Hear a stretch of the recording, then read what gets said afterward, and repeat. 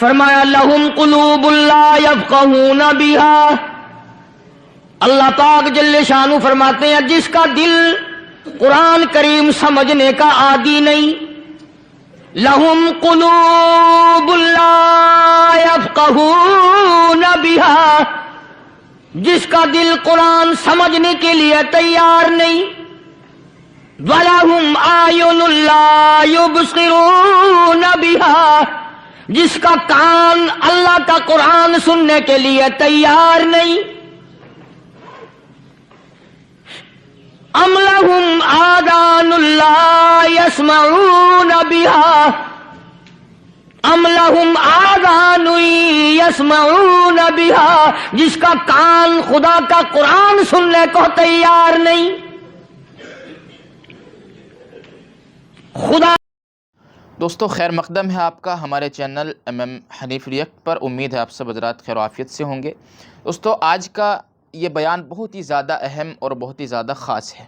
اگر ہم اس بیان کو توجہ سے سنیں گے تو یہ ہمارے لیے لائف چینجنگ بیان ثابت ہو سکتا ہے، جو ہمارے دلوں پر ایک گہرا اثر چھوڑنے والا ہے اور ہماری زندگیوں کو تبدیل کرنے والا ہے۔ بہت خاص بیان ہے، بہت فائدہ ہوگا۔ چلیے دوستو فیصلہ سنو، اللہ کے قرآن کا فیصلہ سنو، اللہ کے کلام کا فیصلہ سنو۔ جس کا کان میرا کلام سننے کے لیے تیار نہیں، جس کو میرا قرآن سن کے مزہ نہیں آتا، جس کو میرا کلام سن کے حلاوت نہیں آتی، جس کو میرا کلام سن کے لذت نہیں آتی، جس کی روح تازی نہیں ہوتی، جس کو لطف نہیں آتا، جس کو کیف نہیں آتا، جس کو سرور نہیں آتا، جو میرا قرآن سننے کو تیار نہیں، جو میرا قرآن آنکھوں سے دیکھنے کو تیار نہیں، جو میرا قرآن سننے سمجھنے کے لیے تیار نہیں، آؤ پھر خدائی فیصلہ سنو۔ فرمایا اولئک کالانعام،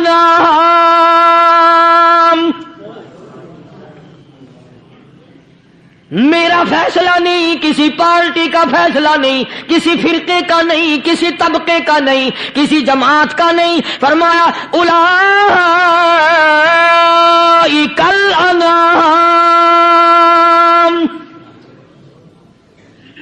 پیدا کرنے والا مالک و خالق کہتا ہے مجھے اپنی کبریائی کی قسم یہ سارے جانور ہیں،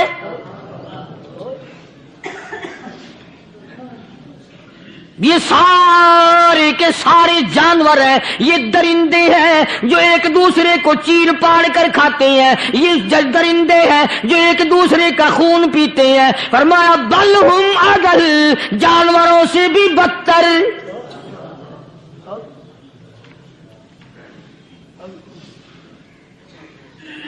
جس کے دل میں قرآن سن کر ترس نہیں، جس دل میں رحم نہیں، اپنے سے کمزور دیکھ کر جس کے دل میں شفقت نہیں، مہربانی کا مادہ نہیں، فرمایا وہ کوئی بندہ ہے، وہ تو جانور ہے۔ اور خدا غضب میں آ گیا، فرمایا بل ہم اضل، اس سے بھی بدتر۔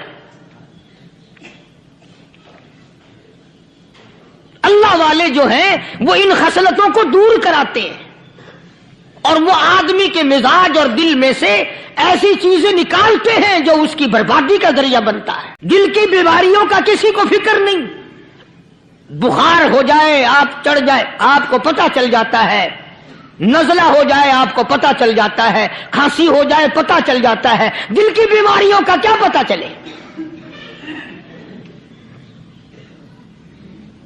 صحابہ اکرام رضوان اللہ تعالی علیہم اجمعین کی جماعت کے اللہ پاک کے محبوب حضرت محمد الرسول اللہ صلی اللہ تعالی علیہ وسلم نے دلوں کی صفائی کی۔ پہلے لوگ جھونپڑیوں میں کچے کوٹھوں میں رہتے تھے، نہ اتنی صفائی تھی نہ اتنی ترقی تھی۔ آج برتنوں کی صفائی دیکھو، کپڑوں کی صفائی دیکھو، مکان کی صفائی دیکھو، رات دن بس اسی دھندے میں لگے ہوئے، سارا دن برتن دھونے سے فرصت نہیں، سارا دن کپڑوں کے بناؤ اور سنوار میں فرصت نہیں۔ تو اللہ والے ایسے موقع پر بڑی عجیب بات کہتے ہیں، وہی مجذوب ہے، مجذوب علی رحمت کہتے ہیں بظاہر تو ہر شے میں بے حد صفائی، بظاہر تو ہر شے میں بے حد صفائی، مگر دل میں ہے گندگی انتہائی۔ بظاہر تو ہر شے میں چہرے کی صفائی، بدن کی صفائی، نہ جانے کتنی قسم کا صابن ہے، نہ جانے کتنی قسم کے پاؤڈر ہیں، نہ جانے کتنی قسم کے شیمپو ہیں، نہ جانے کتنی قسم کے کپڑے ہیں، کیا چال ڈھال ہے، کیا نئے نئے ڈیزائن ہے۔ مجذوب کہتا سب کچھ دیکھ لیا بظاہر، تو ہر شے میں بے حد صفائی، مگر دل میں ہے گندگی انتہائی۔ جس یار کی بیٹھک میں بیٹھ کے کھانا کھایا، جس رشتہ دار کی بیٹھک میں بیٹھ کے کھانا کھایا، اسی کی بہن کو دیکھ کر آبرو پہ ڈاکہ ڈالنے کا پروگرام ہے۔ جس دوست کے گھر میں بیٹھ کے کھانا کھایا، اسی دوست کی بیوی کی عزت لوٹنے کا پروگرام ہے۔ پرانے زمانے میں اب بھی دلی جیسے شہر میں اگر دعوت کی جاتی ہے تو وہاں ایک تشتری میں نمک آتا ہے سب سے پہلے۔ عرب میں بھی دستور تھا پرانے زمانے میں، اگر کوئی دعوت کرتا، کوئی تقریب کرتا، سب سے پہلے نمک آتا تھا۔ ایک ایک انگلی ہر شخص نمک چاٹتا تھا۔ کیا مطلب؟ جس نے نمک چاٹ لیا اب وہ نمک حرامی نہیں بنے گا۔ اس گھر میں چوری کرنا، اس گھر کی آبرو کا غلط تصور لانا، اس گھر کے مال میں خیانت کرنا وہ حرام سمجھتا تھا جس گھر کا میں نے نمک چکھ لیا۔ اور مسلمانوں کی بات نہیں، ہندوؤں کی بھی یہ باتیں تھی۔ مولانا محمد علی صاحب جلندری سب قید رحمت اللہ علیہ فرمایا کرتے تھے کہ ایک سکھ تھا بہت بڑا ڈاکو، مسلمان اور ہندو مل کر اس کو ساتھ ملا کر کے لے گئے کہ یہاں اس گاؤں میں اس پنڈ میں ڈاکہ ڈالیں۔ سفر کر کے گئے، تکلیف اٹھا کے گئے۔ اس سکھ ڈاکو نے پوچھ لیا کہ یہ کون سا گاؤں ہے کہ یہ فلانا ہے۔ اچھا سارے کے سارے یہ تلاش کرو، یہ سوچ بچار کرو، اپنے پنڈ کی، اپنے علاقے کی، کسی مسلمان کی، کسی ہندو کی، کسی سکھ کی، کسی چوڑے چمار کی اس گاؤں میں لڑکی تو نہیں؟ ہمارے یہاں سے کوئی لڑکی تو شادی ہو کے یہاں نہیں آئی ہوئی۔ ان ساروں میں سے کہنے لگا کہ ہمارے بھنگی کی لڑکی جمعدار کی یہاں آئی ہوئی ہے۔ کہنے لگا واپس چلو، بیٹی بیٹی ہے، چاہے بھنگی کی ہو یا نواب کی ہو۔ ارے کل بیٹی کا ڈولا دیا تھا، آج ڈاکہ ڈالیں گے، شرم نہیں آئے گی؟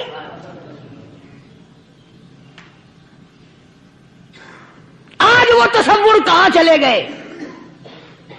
اور ہم سب روتے پھرتے ہیں، سکون نہیں، سکون نہیں، اطمینان نہیں۔ ارے اطمینان آئے گا کیسے؟ ہمارے دل بے ایمان ہے، نیتیں خراب ہے، آئے گا کہاں سے؟ صحابہ کرام رضوان اللہ تعالی علیہ مجمعین کی جماعت نے اس قدر اس بات پہ محنت کی اور کوشش کی کہ غلط لقمہ بھی پیٹ کے اندر نہ چلا جائے۔ چنانچہ میں علی الاعلان کہتا ہوں، 1,29,000 صحابہ کرام، کالی کملی والے کے دیوانے اور پروانے، حضور کے یار جانثار، حضور کے ساتھ پھاقا کھانے والے، پھاقوں مرنے والے، پتھر کھانے والے، اپنے بچوں کے ٹکڑے ہوتے ہوئے دیکھ کر لا الہ الا اللہ محمد الرسول اللہ کی صدا بلند کرنے والے صحابہ کرام کا یہ حال تھا۔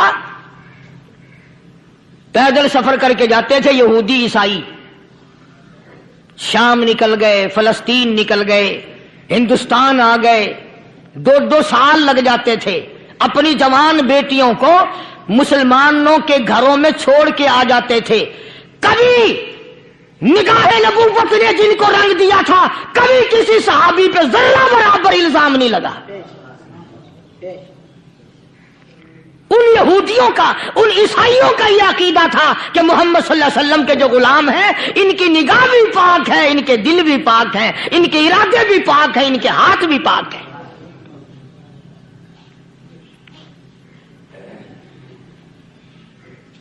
مصر کے گورنر نے، مصر کے جنرل کرنل نے خط لکھا سیدنا فاروق اعظم رضی اللہ تعالی عنہ کی خدمت میں، دور خلافت ہے حضرت فاروق اعظم کا۔ کیا خط لکھا کہ حضور مجھے کافی وقت گزر گیا ہے اور فلاں علاقے میں آپ کے حکم سے ہم نے جانا ہے اور راستہ صرف ایک ہے اور اس راستے میں جال بچھا دیا گیا۔ اب مجھے مشورہ دیں میں کیا کروں، حکم دیں مجھے۔ جال کیا بچھا دیا گیا کہ ہمیں پتہ چل گیا ہے عیسائیوں نے پروگرام بنایا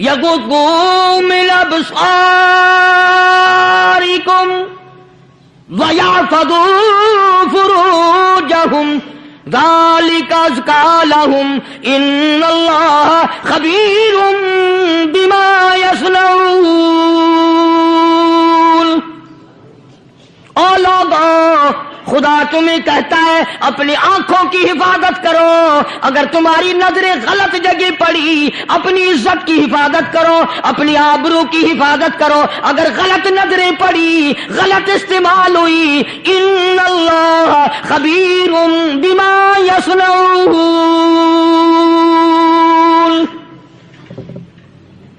اللہ پاک تمہاری ساتھ ساتھ ہے، وہ ہر چیز کو دیکھتا جائے گا، وہ ہر چیز تمہاری دیکھے گا۔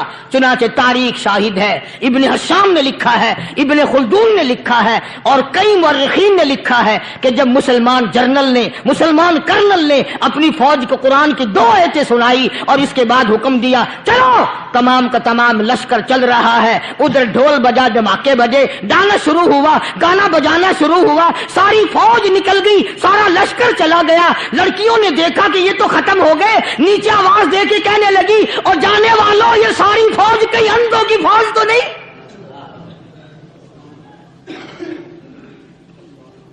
یہ حسن کا نظارہ اور یہ ڈانس اور یہ آواز، ہم ناچ ناچ کے تھک گئی، کوئی سر نہیں اٹھاتا۔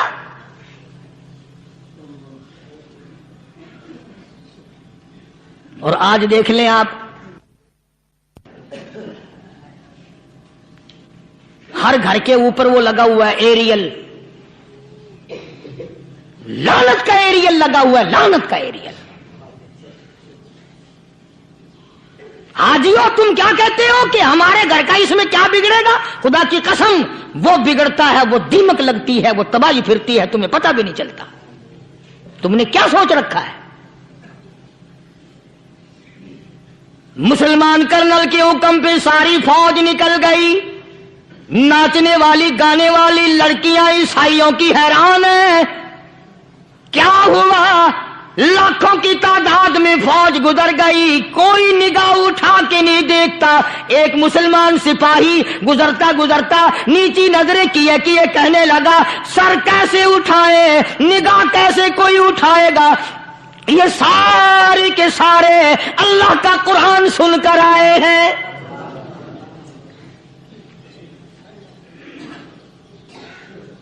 کیسے کوئی نگاہ اٹھائے گا؟ کیسے کوئی سر کو اٹھائے گا؟ یہ سارے کے سارے اللہ کا قرآن سن کر آئے ہیں۔ ان کا عمل ہوا نا قرآن پہ، ان کے عمل کا کتنا بڑا اثر پڑا۔ مورخین نے لکھا، ابن حشام لکھتا ہے عیسائی لڑکیوں نے چھلانگے لگا دی، کوٹھی سے نیچے آ گئی، کہنے لگی عام مسلمانوں وہ قرآن ہمیں بھی سنا کے جاؤ جس میں اتنی اسپرٹ ہے، اتنی طاقت ہے، جو حسن کے نظارے سے روک دے، جو گانے بجانے سے روک دے۔ یہ تو آدمی کے دل کا سکون ہے، نہ گانا سنتے ہو نہ حسن کا نظارہ کرتے ہو، جاتے والے یوں نہ جاؤ، ہمیں بھی وہ قرآن سنا کے جاؤ۔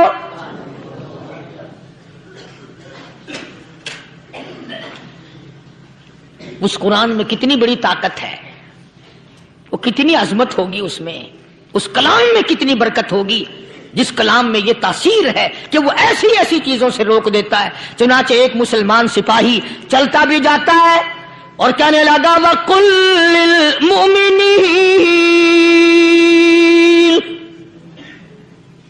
وَقُلْ لِلْمُؤْمِنِينَ، قرآن کی آیت پڑھ کے سنائی۔ سینکڑوں نہیں بے شمار لڑکیاں ایک مسلمان کی زبان سے اللہ کا قرآن سن کے کہنے لگی اور جانے والوں چھوڑ کے نہ جاؤ، ہمیں بھی کلمہ پڑھاؤ۔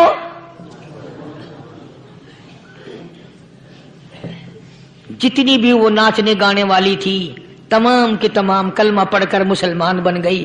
اور مورخین نے لکھا ہے آخری دم تک قرآن کی شیدائی اور دیوانی بن کے گزری ہیں۔ پھر وہ لڑکیاں جو رات دن حسن و جمال کا پیکر بنی رہتی تھی، علماء نے لکھا ہے جب موت آئی ایک ایک کے بدن میں کپڑے لباس میں موت آئی تو 50-50 ٹاٹی لگی ہوئی تھی۔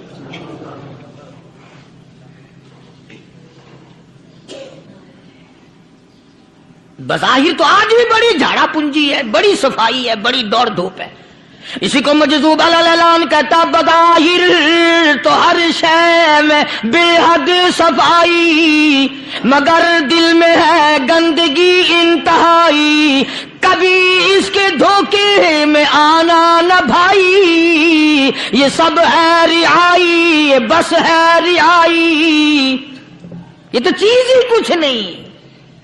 بڑے بڑے دھندے ہمیں پلٹتے دیکھے، بڑے بڑے نظام بگڑتے دیکھے۔ محمد عربی صلی اللہ تعالی علیہ وسلم کے دربار میں بڑے بڑے لوگ آتے تھے۔ اللہ غنی، نگاہ نبوت نے جس کو رنگ دیا، سبحان اللہ، پھر قیمت جو بن گیا وہ اسلام کی دولت سے پیچھے نہ ہٹا۔ کوئی پیچھا پھر کے دیکھا ہی نہیں کہ ہم کیا کر رہے ہیں۔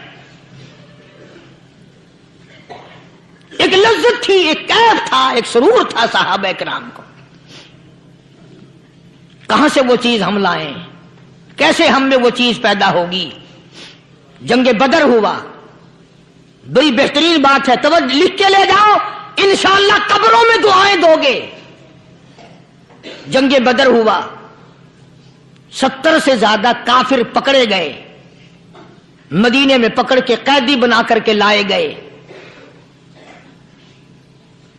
تنگ دستی کا زمانہ ہے، 1 سال نہیں ہوا مسلمان اجڑ کے آئے تھے، مار کھا کے آئے، پریشان ہو کر آئے، دن دولت چھوڑ کر لٹا کر آئے، ان کے پلے کیا تھا؟ شام کا وقت ہوا، مدنی کریم صلی اللہ تعالی علیہ وسلم نے مسجد کے دروازے میں کھڑے ہو کر اعلان فرما دیا، کون ہے، کون ہے جو میرے مہمانوں کو کھانا کھلائے؟ اور وہ مہمان کوئی شہنشاہ نہیں تھے، ہیں بھی کافر، ہیں بھی اسلام کے دشمن، آئے بھی صحابہ کرام کو مارنے، میدان جنگ سے پکڑ کے لائے گئے، جنگی قیدی ہیں۔ اس نبی کی طرف کبھی منہ کیا کر جس نبی کا تو غلام ہے، امتی بنا پھرتا ہے۔ فرمایا کون ہے جو میرے مہمانوں کو کھانا کھلائے؟ صحابہ کرام میں سے کسی نے 2 پکڑ لیے، کسی نے 1 کو ساتھ لے لیا۔ ایک بنادار سا غریب سا صحابی ہے، اس نے ساتھ لے لیا ایک مہمان اور گھر لے کے گیا۔ بیوی کو کہنے لگا کہ کھانا کتنا ہے، کہ بس 1 آدمی جوگا ہے، 1 آدمی کی کافی ہوگا۔ کان میں کہنے لگا اپنی بیوی کے، دستور تھا عرب کا، مہمان اور میزبان اکٹھے کھایا کرتے تھے۔ اپنی گھر والی کے کان میں کہنے لگا کہ اس کے آگے کھانا رکھ دیں گے مہمان کے، جب یہ کھانا شروع کر دے گا کسی بہانے سے دیوا بجھا دیو، میں یوں ہی منہ کو خالی ہلاتا رہوں گا، یہ کھانا کھا لے گا، پیٹ بھر جائے گا اس کا۔ چنانچہ کھانا آگے رکھ دیا، جو کچھ بھی تھا۔ اس نے کھانا شروع کیا کہ جی آپ بھی کھائیں، کہ ہاں ہاں میں بھی کھا رہا ہوں۔ بس یوں ہی کھانے میں بھی ہاتھ لگائے، منہ کو بھی ہاتھ لگائے اور منہ کو چلائے بھی برابر۔ بیوی نے چراغ بجھا دیا۔ یہ عمل تو صحابی کر رہا ہے اپنے گھر میں۔ ادھر قرآن کریم نازل ہو گیا محمد کریم صلی اللہ علیہ وسلم کی ذات پہ، فرمایا وَيُؤْثِرُونَ عَلَىٰ أَنفُسِهِمْ وَلَوْ كَانَ بِهِمْ خَصَاصَةٌ وَمَن يُوقَ شُحَّ نَفْسِهِ فَأُولَٰئِكَ هُمُ الْمُفْلِحُونَ۔ اور میرے محبوب مبارک ہو، تیری امت میں ایسے لوگ بھی ہیں جو اپنا منہ خالی ہلا رہا ہے، بیوی بھوکی بیٹھی ہے، چراغ بجھائے بیٹھی ہے اور اپنے ہاتھ کو خالی چلا رہا ہے، اور میرے بندے کا پیٹ بھر رہا ہے۔ اور میرے محبوب مجھے اپنی عظمت کی قسم، میں تیری ان دیوانوں پہ جنت واجب کر چکا۔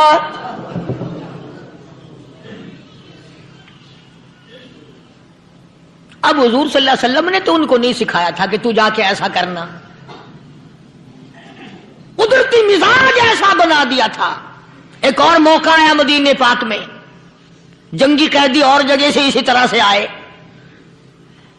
ایک صحابی ایک اور آدمی کو، جنگی قیدی کو کافر میں گھر لے گیا۔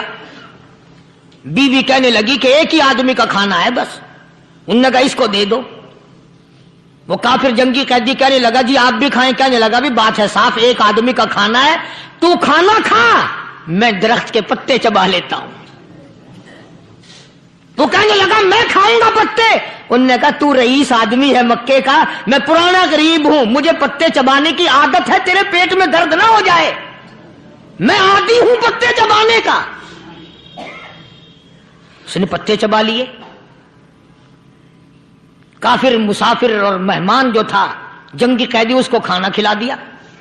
دوسرے دن پھر ایسی نوبت آئی, اس نے کہا آپ بھی میرے ساتھ کھانا کھائیں. نے کہا نہیں بھائی تو کھا, میں پتے چبانے کا عادی ہوں. 2 دن تو اس کافر نے کھانا کھا لیا, اور جب تیسرے دن اس کے آگے کھانا آیا, انہوں نے کہا بھائی تو ہی کھا, بس اتنا ہی کھانا ہے, میں تو میاں بیوی ہم تو پتے چبا لیں گے. اور کہنے لگا مدینے والوں تم خود پتے چباتے ہو, دشمنوں کو کھانا کھلاتے ہو, آج میری بھی ایک شرط ہے, پہلے کلمہ پڑھا پھر کھانا کھلا.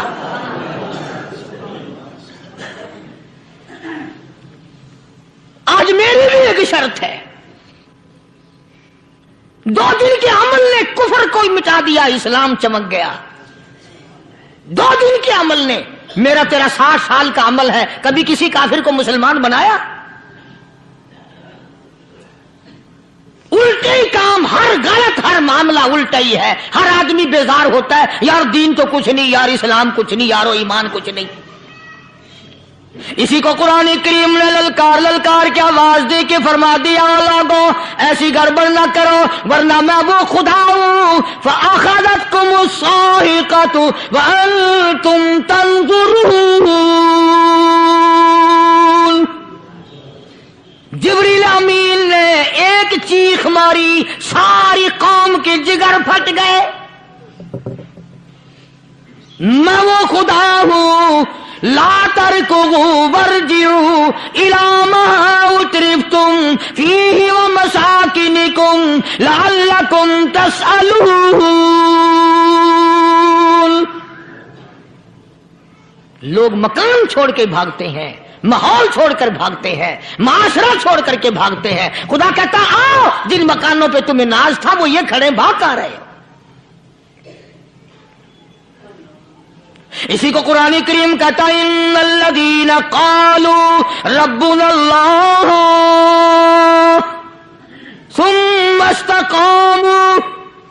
وہ آدمی جس نے لا الہ الا اللہ محمد الرسول اللہ صلی اللہ علیہ وسلم پڑھا, اللہ کی توحید کا اقرار کر لیا, او میرے مالک تیرے سوا میرا کوئی مشکل کشا نہیں, حاجت روا نہیں, میرے دل کے بھید کو جاننے والا نہیں, میری بگڑی بنانے والا کوئی نہیں, اجڑوں کو بسانے والا کوئی نہیں, کھیتی کو آباد کرنے والا کوئی نہیں, ایک دانے سے سینکڑوں دانے بنانے والا تیرے سوا کوئی نہیں.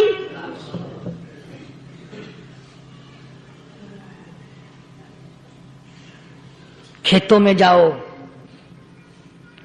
کبھی یہ تو سوچو کہ دنیا میں حکومتوں نے کتنے مل لگا رکھے ہیں, چینی کے, شکر کے کتنے مل ہیں, کتنے ڈیپو ہیں, پھر بھی قلت ہو جاتی ہے. اور یہ اللہ میاں نے کتنا میٹھا کیلے میں, سنترے میں, مالٹے میں, انگور میں, سیب میں. کبھی یہ بھی سنا کہ اللہ میاں کا شوگر مل فلاں علاقے میں لگا ہوا ہے؟ کبھی یہ تو دیکھو کہ یہ قدرت کاملہ کے سوا اور کون پیدا کر رہا ہے. فرمایا جس نے اللہ کی توحید کا اقرار کر لیا, محمد عربی صلی اللہ علیہ وسلم کی ختم نبوت کا اقرار کر لیا, خدا کے بعد خدا کوئی نہیں, مصطفیٰ کے بعد نبی کوئی نہیں. پھر قرآن نے شرط لگائی ثم استقاموا, پھر اس پر جمع رہے, ڈٹا رہے. یوں نہیں کہ کبھی ادھر لڑک گیا کبھی ادھر لڑک گیا.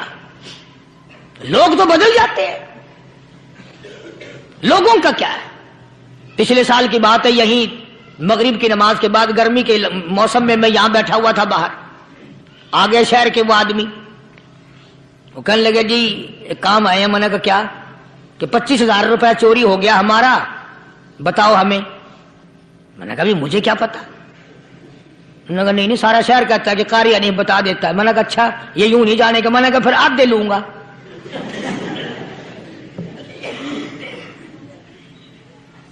25,000 گم ہوئے ہیں نا, 12.5 میرے 12.5 تمہارے. کہنے ہیں دیکھو نا جی بال بچے چھوٹے چھوٹے غریب بچے ہیں جن کے وہ پیسے ہیں. میں نے کہا اچھا میں بادشاہ لگا ہوا ہوں.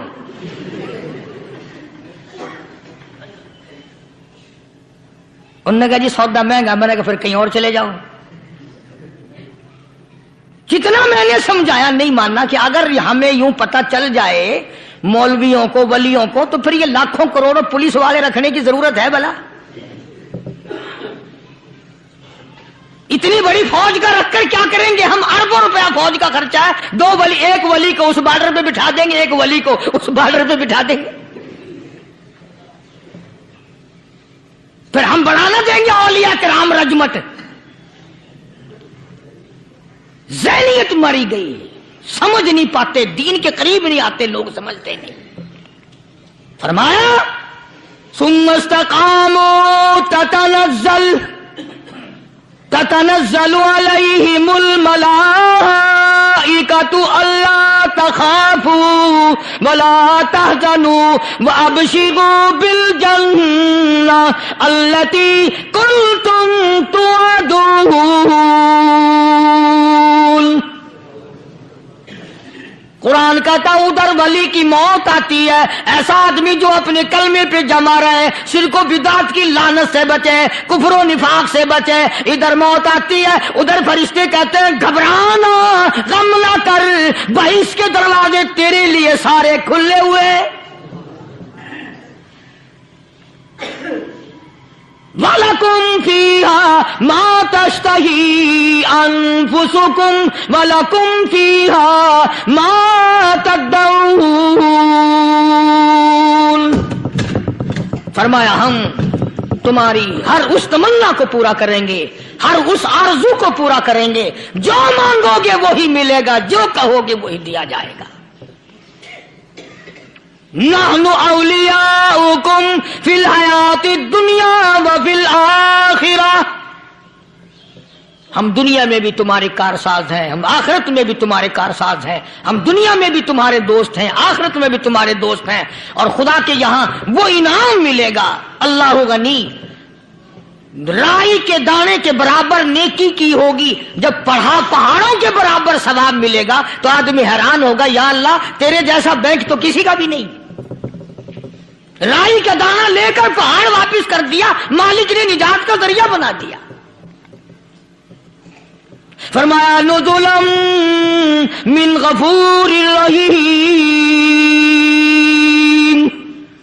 یہ مہمانی ہے پروردگار عالم کی طرف سے. قرآن اعلان کر کر کے کہتا وبالاسحار هم یستغفرون. اللہ پاک فرماتے ہیں میرے بندوں کی نشانی یہ ہے کہ وہ آخری رات میں بڑے ویلے سحری کے وقت اٹھ کر استغفار کرتے ہیں، اللہ کے حضور میں معافی مانگتے ہیں، روتے ہیں، عاجزی کرتے ہیں. کہتا کہ ایک تڑپ سی دل میں امنگتی ہے، ایک درد جگر میں ہوتا ہے. ایک تڑپ سی دل میں امنگتی ہے، ایک درد جگر میں ہوتا ہے. ہم رات کو رویا کرتے ہیں جب سارا عالم سوتا ہے. سب لوگ سوئے ہوئے ہوں اور اللہ کا دروازہ کھٹکھٹا، اندھیرے میں مالک کائنات کے سامنے جھولی پھیلا، اپنی بگڑی کا سوال کر، اپنی مشکلات اس مالک کے سامنے پیش کر جو سارے جہان کا خالق و مالک ہے. عقیدہ بھی بناؤ، اعمال بھی بدلو، مزاج بدلو، طبیعتوں میں انقلاب لاؤ. اور لوگوں ان گھروں کو مسلمانوں والے گھر بناؤ. تم برا مان کے جاؤ یا بھلا مان کے جاؤ، میں اپنے عقیدے کی بات کو چھپاتا نہیں. جس گھر میں کوئی مرد عورت قرآن کے کھولنے والا نہیں، میں اس گھر کو مسلمان کا گھر نہیں کہتا. وہ چوڑے اور کراڑ اور سکھ کا گھر ہے. تمہیں یہ سکھایا کس نے ہے کہ مرنے کے بعد قرآن پڑھا جاتا ہے اور ساری زندگی میں نہیں پڑھا جاتا؟ یہ قرآن مردوں کے لیے تھوڑی آیا، یہ زندوں کے لیے آیا ہے. حدیث پاک میں آتا ہے حضور کریم سب کہہ دو صلی اللہ علیہ وسلم نے فرمایا عیسیٰ علیہ الصلوۃ والسلام ایک قبرستان سے گزرے، گورستان سے گزرے تو ایک قبر کو دیکھا. وہ نبی ایسا تھا، اس کے معجزات ایسے تھے. قبر میں دیکھا کہ ایک بڑھیا جل رہی ہے، سڑ رہی ہے، تباہ ہو رہی ہے، رو رہی ہے. تو عیسیٰ علیہ السلام پناہ پناہ کر کے وہاں سے گزر گئے. چند دنوں کے بعد جو اسی قبر کے پاس سے گزرے تو عیسیٰ علیہ السلام کو دھیان آیا کہ اس قبر میں ایک بڑھیا بڑی عذاب بھگت رہی تھی، مگر اس دن جو دیکھا وہ تو عیش میں بیٹھی ہے، تخت میں بیٹھی آرام کر رہی ہے. سیدنا عیسیٰ علیہ السلام نے اللہ پاک سے سوال کر دیا، الہی مرنے کے بعد تو آدمی کوئی نیکی بھی نہیں کر سکتا، اس نے کیا کر لیا جو اس کا سارا نظام بدل گیا؟ آواز آئی، اے عیسیٰ لکھ کے لے جاؤ یہ بات، حضور کا فرمان ہے. فرمایا، اے عیسیٰ اس مائی کے چھوٹے سے پوتے نے استاد کے پاس جا کر کے پڑھا بسم اللہ الرحمن الرحیم. اس ننھے سے منہ سے، چھوٹے سے منہ سے جب یہ لفظ نکلا، اے اللہ تو بڑا مہربان ہے، تو بڑا کریم ہے.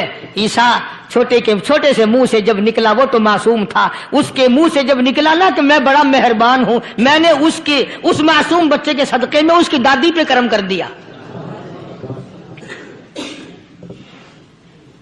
اس کے نام میں بڑی برکتیں ہیں، اس اللہ کا نام لینے میں بڑی برکت ہے. گڑ میں مٹھاس ہے، اللہ کے نام میں مٹھاس نہیں. ٹافیوں میں مٹھاس ہے، اللہ کے نام میں مٹھاس نہیں.